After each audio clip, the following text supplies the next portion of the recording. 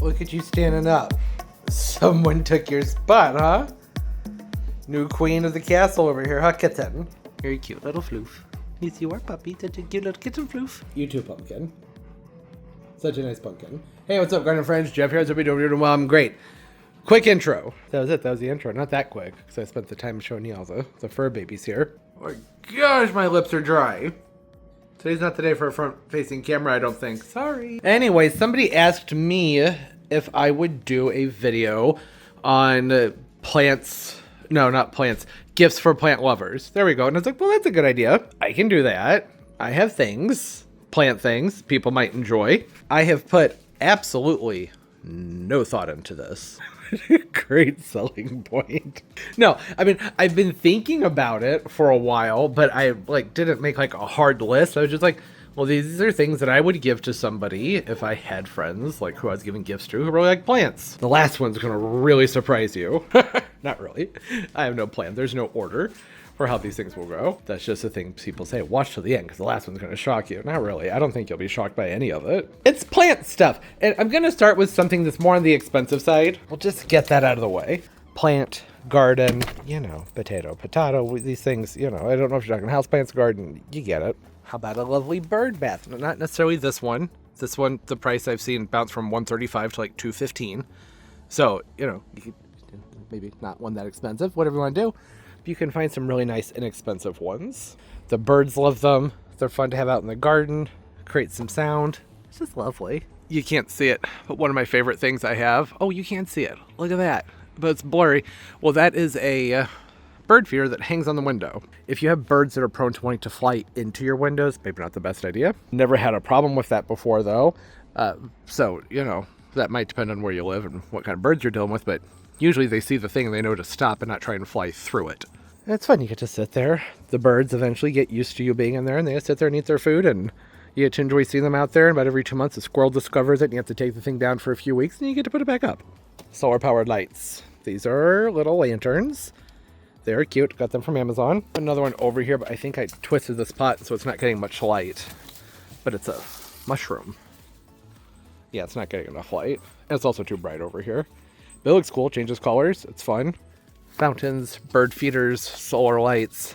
Those are great things. You can get them in prices all over the place too. Remember how much that was? It came in a 2-pack, but that little mushroom thing, I got that from Menards. I think it was like $5. Okay, heading into here. Oh, wait, how about a greenhouse? You'd be a great friend, buy somebody a greenhouse. Oh, that might be a bit up and above and beyond things. This would make a great gift. Stupid expensive though. The price on that when the tariff situation happened just skyrocketed. They were already expensive. Oh, solar light. That was the other thing. Here's another solar light. It's not on right now because, well, that solar light's on. Well, oh, no, I just moved them and they came on. So they're just fun little dangly gold balls. This looks really pretty in the garden. During the summertime, I have a tree where it hangs and it gets filtered light, not direct sun, and it just kind of glows at nighttime. The brassy finish has a good reflection to it.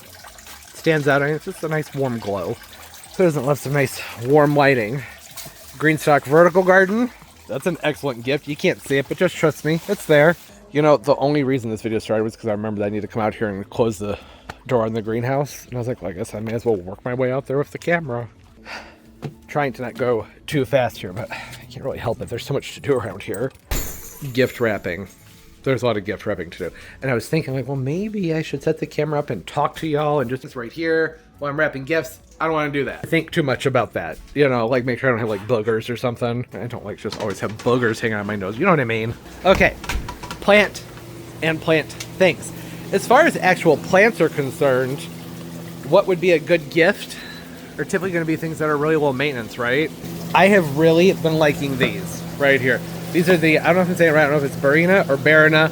They are puck style LED grow lights. They have longer ones that aren't puck style.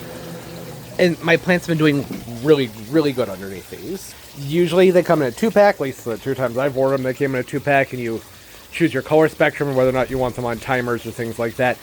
I didn't need a timer because I just hook everything up to Wi-Fi timers out here normally. Here they are though. They're up here and they are doing a really nice job. Ooh, sorry, had to step up onto the scaffolding. Keeping things brightly lit and growing. I really thought that these were going to be a gimmick. I just was like, oh, there's probably not much to it. These things are intense. They're bright. They are well vented, but they do still warm up quite a bit, and they're magnetic. Look at that. Isn't that nice? I love that. It's about $35 to $40 for a 2-pack, and I have 2 2-packs up here, and so you can daisy chain them together. I'm not sure quite how far you can go with that, but for what I've been doing over here, it's really working out quite nicely. You see the plants are responding well. Some new growth in the peperomia over there, and even over here, not peperomia, Fittonia. Even over here, I'm going to have to get in there and water, and I rarely have to water that Fittonia, but it's growing now because that grow light. So I guess while I'm up here, I should probably go ahead and get that thing down. It's a pain in the butt to take this thing down and water it. It's in a cloche. It's not in a jar. I know I'm sidetracking. I'm supposed to be sticking to gifts. Hey, garden cloche, plant cloche, excellent gift. Oh, I would be so happy if somebody gave me a cloche for Christmas or anything.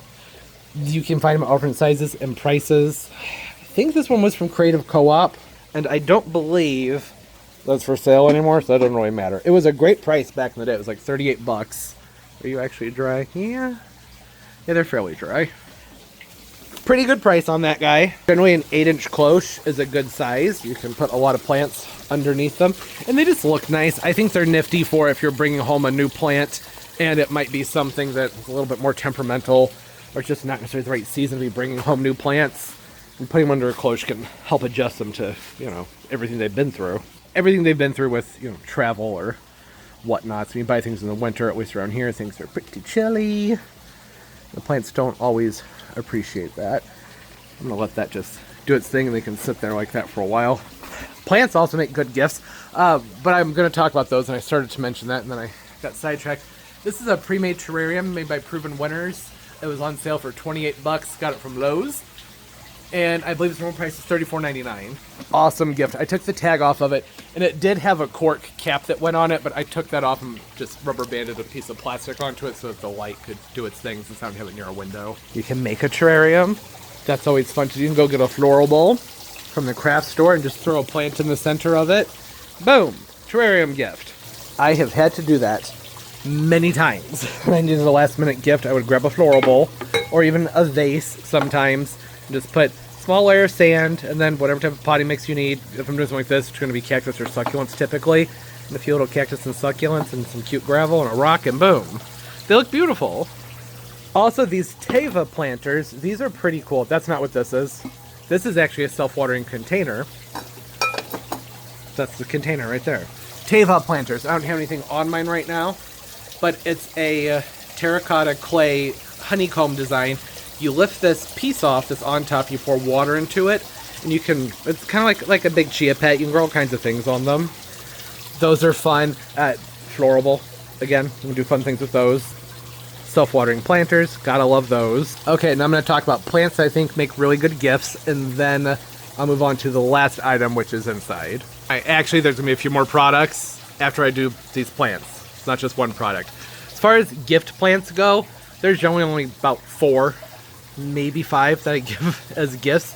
It's because they're low maintenance and pretty easy. So you have your Sansevierias, the ZZ plants, and then chlorophytums, which the chlorophytums, which are the spider plants back there, that's more of a, if I know the person already likes plants, then I'll get them a chlorophytum, or it has to have a nice long runner with babies on it. That way, if they start to kill it, or the plant starts to die, it's not necessarily their fault, probably their fault, but you know what I mean, then I can tell them, oh, well, you know what, it's okay, just cut some of those babies off, stick them in the soil, into some new soil, and you'll have a new plant. It's a plant that comes with backups. That's nice.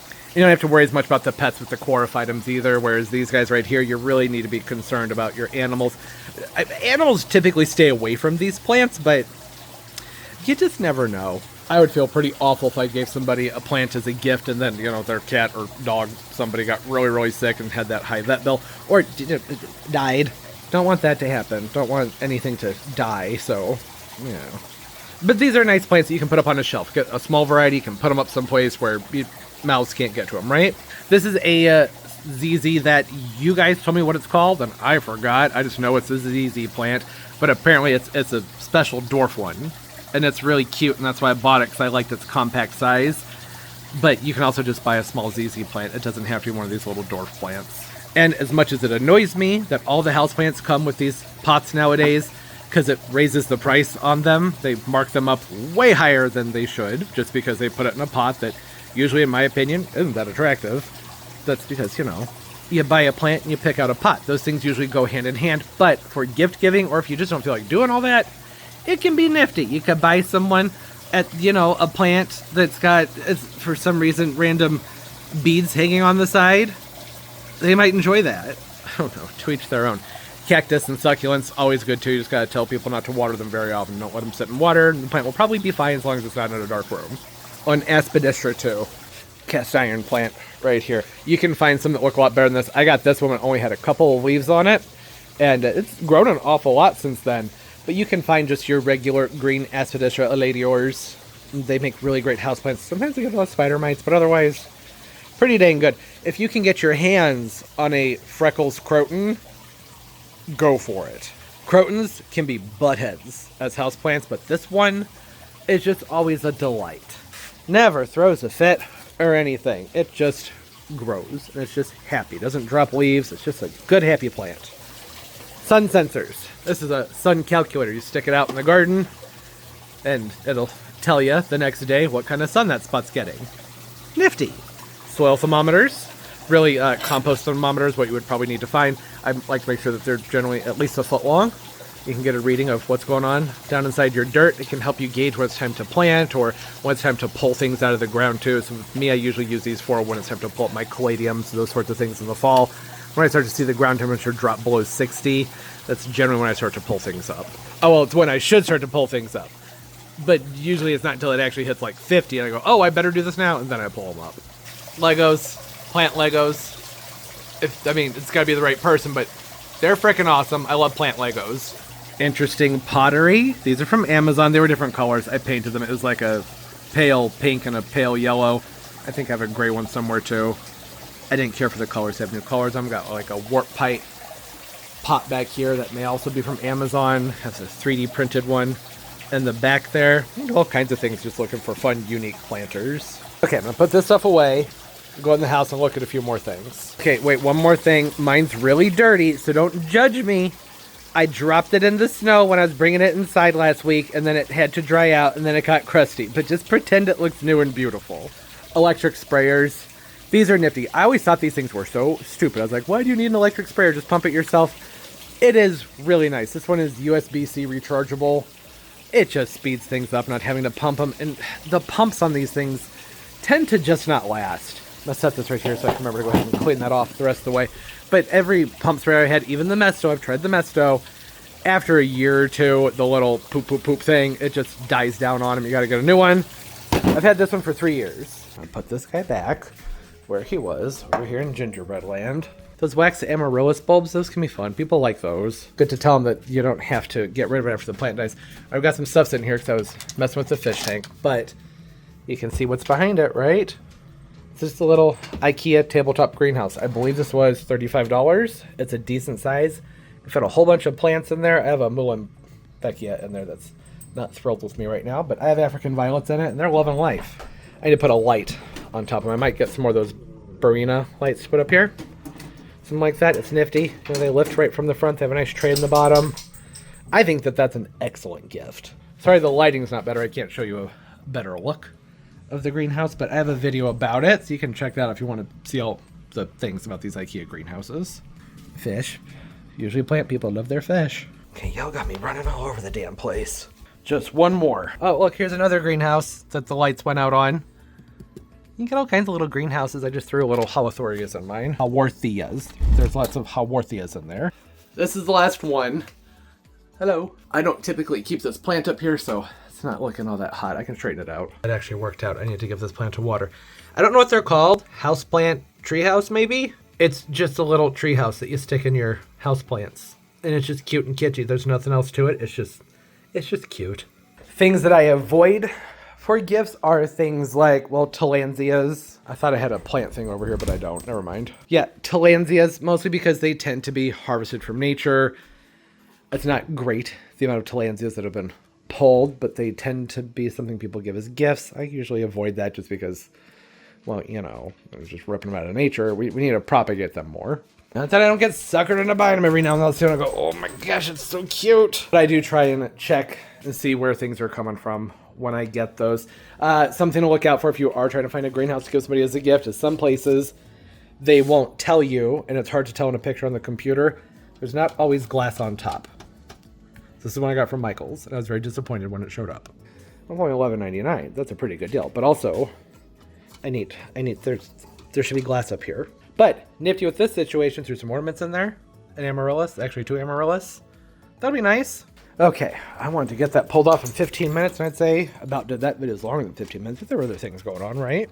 Yeah, there are a lot of things to choose from for people who like plants. Because we tend to bridge a lot of gaps. Us plant people just tend to enjoy nature. We like the fish, aquarium type things, you know. So much to choose from. That bothering anybody? I'm waiting for something to come in the mail. I'm going to plug in back there, so as soon as the reason push it back. These chairs aren't that easy to move around on top of this rug. That was fun. Comment down below. Suggestions. Let us know. This probably would have been a better video to do a few weeks ago, so people have more time to order things. But I'm going to go ahead and I'm just going to upload this one tonight. No editing. And, you know, make it quick that way. I'll do my best to get links for things down below. I don't have affiliate links, so, you know. I'm not trying to make any money here. Although apparently if I link something through YouTube, I do get a cut, so I guess I do have affiliate links. I don't know. I wasn't aware of that until I was looking at my YouTube studio thing not long ago. It was a couple months ago. And there was like a Miracle-Gro product that I hadn't even tagged. YouTube automatically tagged it. And then I made like 12 cents off of somebody buying. I don't, it's weird. I don't get it. Makes it complicated because you're supposed to tell everybody if you have monetary gain from things, but if YouTube is auto tagging things, because I had people ask me if I was affiliated with Miracle-Gro, I'm like, no, and they're these links and ads are underneath your videos. Like, well, I didn't do that. I did apparently make like 12 cents, something like that. Might have been $1. I don't remember, but you know, I'll link some things. I don't know if I'll get money off of it or not.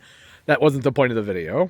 As far as the solar lights go, I think that's a really awesome gift because there are so many freaking options.